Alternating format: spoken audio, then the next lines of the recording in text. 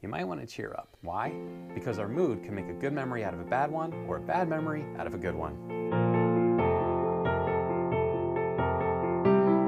There's a connection between memory recall and our mood. This is good news or bad news depending on, well, what mood you're in right now. I found this information in Exploring Psychology. It's a textbook. I thought memory would be an interesting thing to look at based on my last video and how over time we might actually forget an achievement or an accomplishment, and that affects who we are.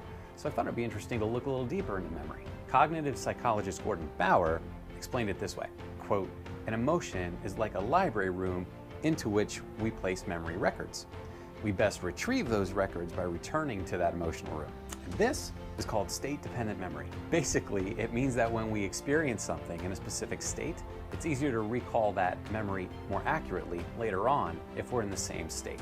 But if we're in a different state, say you're in a bad mood, we actually prime our thoughts to create negative associations. So what does it all add up to? 1, knowing our moods. It means being aware of how we interpret the past.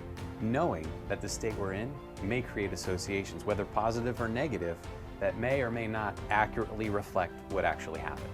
2, try to stay away from history in a passionate disagreement. Now this just makes sense because we can easily extract negative associations. Knowing this, it might make sense to wait a little bit to bring up past events until you're in a different emotional state.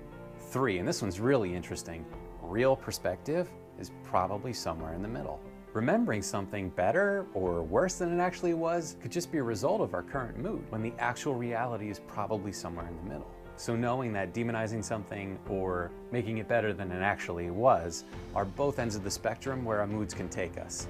So just being aware of how our moods can affect our memory. Isn't that crazy? Memories are subject to shift in mood. And when you think about all the things you do every day and all the experiences you have out there, and as you go through work and life, all of those things that happen around you and the memories that you create are so attached and become a part of you.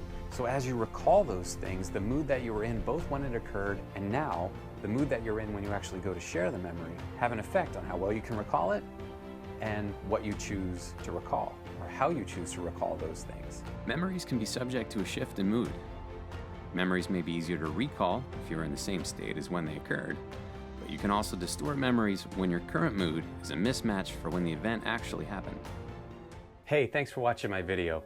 I really appreciate you watching, and if you don't mind, take a moment to add a comment, like, or dislike it, because you took the time to watch my video, so the least I could do is take a moment to see what you thought. I really appreciate it. If you think it would help a friend out, feel free to share it, and I also would appreciate it if you subscribed. If you liked what you saw, and I'll make sure you won't miss the next one. So, thank you very much for watching. I'll see you again.